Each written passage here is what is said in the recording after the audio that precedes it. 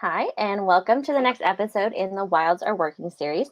My name is Ellen Mattis, and I'm the owner of Hello Social Co., and I'm a PA Wilds ambassador. Today, I am interviewing Laura Lee and Jesse Robinson of Labelle Auberge Bed and Breakfast. So today, Laura Lee and Jesse are going to share how their organization has kind of pivoted in the last couple of months in what is really an uncharted time for businesses. Welcome. Hello. Good morning. Thank you for having us. Yeah, thanks for coming on. So just to get started, tell us about both of your businesses and kind of their history. Sure. Yep. So we own two businesses in downtown Wellsboro. We're a full-service spa and a Veda salon. It's called Emerge Healing Arts and Spa. We've been serving the community for probably about 10 years, maybe 7 years as Emerge. We have 5 employees. We offer a few, pretty wide scope of services. From massage is like our bread and butter, but we do facials, advanced skin therapy, body treatments, just kind of the whole nails. You can come and get pretty much every service. And then again, like I said, the Aveda salon. So we had a beautiful 3-story building just right here downtown. And then we also have a bed and breakfast, which we have had since 2002. Previously, it was my grandmother's way back. So I have a long history actually with the bed and breakfast. I started here with my massage practice, went out, built a big spa, and then we collaborated them together. So Awesome. So obviously you have some family history here, but why Wellsboro? Why do you think that this business is great for the PA Wilds community? yeah, so as young as I can remember, I learned to tie an apron around my waist and help my grandmother in her businesses. So definitely like you said, the family history of being an entrepreneur emerged from that piece. But Jess is a born and raised Wellsboro man. So we have a real fond connection with the PA Wilds. One of the best things I think about serving also our guests is being local and loving the landscape that we live in. We're just minutes from the Grand Canyon and the bike trail, and every free minute we have, we're out there in the green. Yesterday we went and laid in a creek to get through the day. So that's our Sounds amazing. Yes. So obviously, when things started changing in March, you would have had to make some kind of changes to your business model. So what are some of the changes that you made earlier this year amid COVID-19, and what are some of the things that you're doing now that we're in the green phase? Yeah, so we looked at a big model, the big picture. We made some huge changes. What we decided to do is sell our 3-story spa building and to transition that whole business into our bed and breakfast. So we've made some huge transitions. We're now considered a destination spa. We have 3 rooms where we're serving clients. It's now our home. We live here. And once our renovations are complete, we'll still have 5 treatment rooms and a salon. So we looked at the model from a pretty big picture, made some big choices that why didn't we work smarter in the past? So we're putting all under one roof.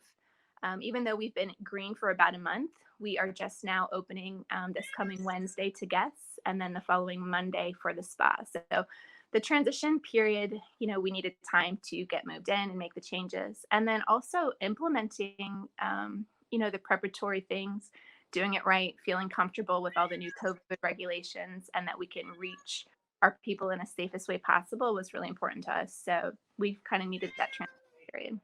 So what are we doing? Was one thing for COVID. I think for the bed and breakfast, the biggest thing is we used to be a full service buffet.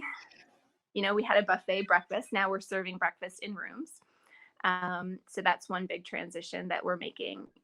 Common areas are no longer common areas to be, protective of health. And then on the massage side, facials are considered illegal. We can't practice facials at this time.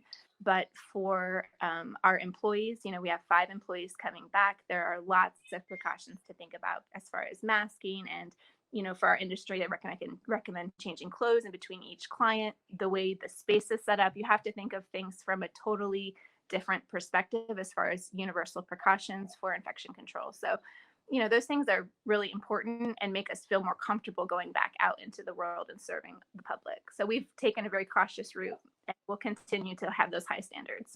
Awesome. And first of all, congratulations on reopening this week. That's exciting. Yes, Um, I would ask you how you made the most of your downtime, but it sounds like you've been pretty busy. yeah, we had What those downtime?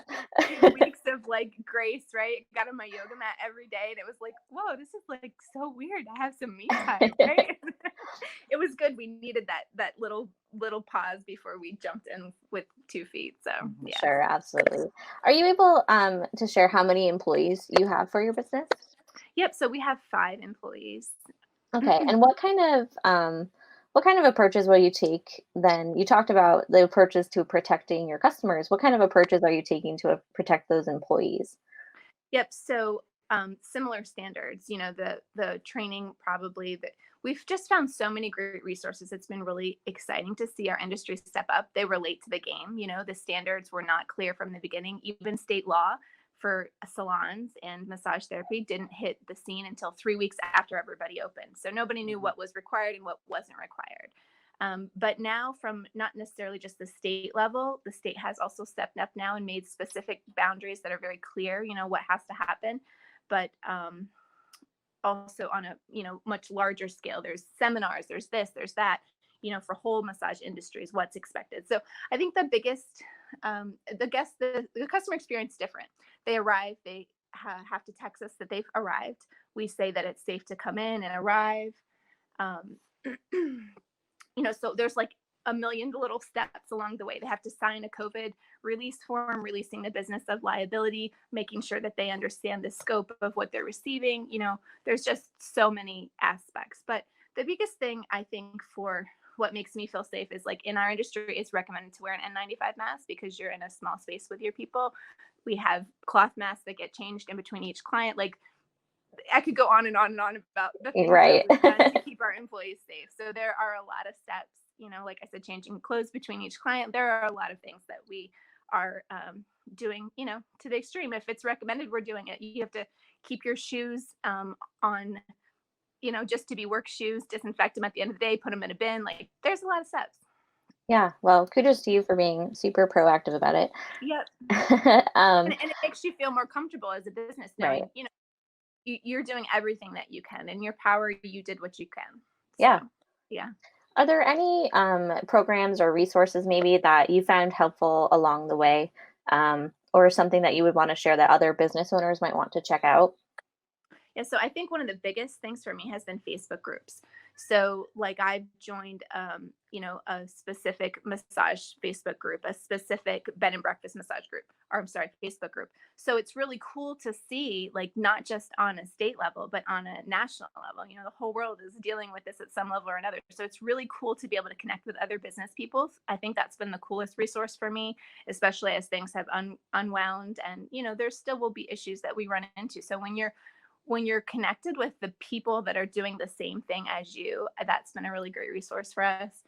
And definitely our banks, been our saving grace through all this. There's no way we would be where we are today without payment deferments, and support in that way. I mean, you can't go from, being a 5-person full service spa and 4-person huge revenue to no revenue for 3 months and not imagine, that you're going to be able to Right. make it.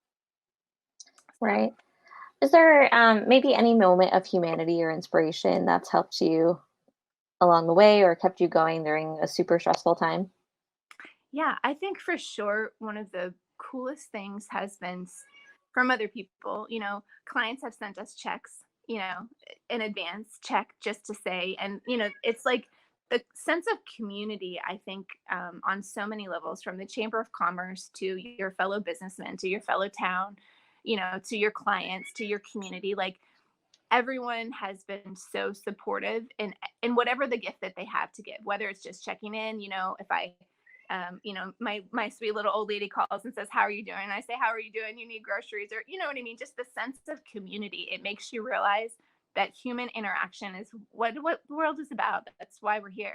And the more we can support each other, I think this situation has been full of challenges for every person in the world.